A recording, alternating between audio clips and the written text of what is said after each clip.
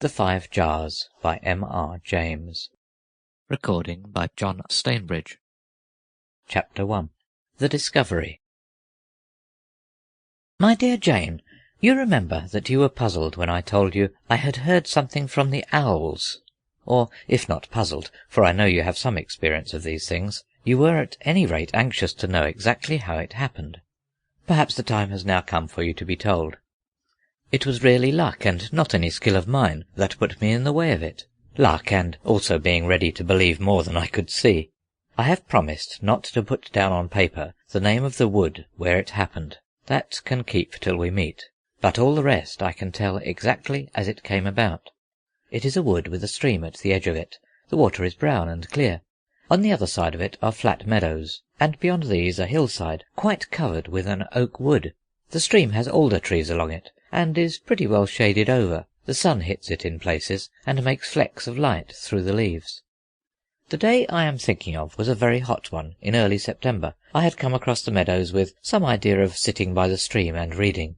The only change in my plans that I made was that instead of sitting down I lay down, and instead of reading I went to sleep. You know how sometimes, but very, very seldom, you see something in a dream which you are quite sure is real. So it was with me this time. I did not dream any story or see any people. I only dreamt of a plant. In the dream no one told me anything about it. I just saw it, growing under a tree. A small bit of the tree root came into the picture, an old, gnarled root covered with moss, and with 3 sort of eyes in it, round holes trimmed with moss, you know the kind. The plant was not one I should have thought much about, though certainly it was not one that I knew. It had no flowers or berries, and grew quite squat in the ground, more like a yellow aconite without the flower than anything else.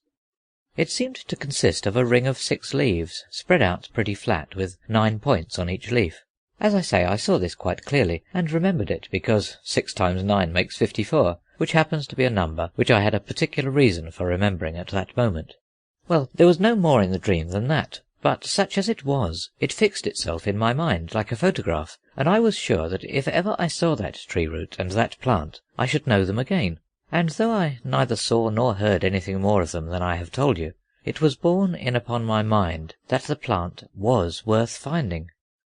When I woke up, I still lay, feeling very lazy, on the grass, with my head within a foot or 2 of the edge of the stream, and listened to its noise, until in 5 or 6 minutes, whether I began to doze off again or not does not much matter, the water sound became like words, and said, trickle up, an immense number of times. It pleased me, for though in poetry we hear a deal about babbling brooks, and though I am Sample complete.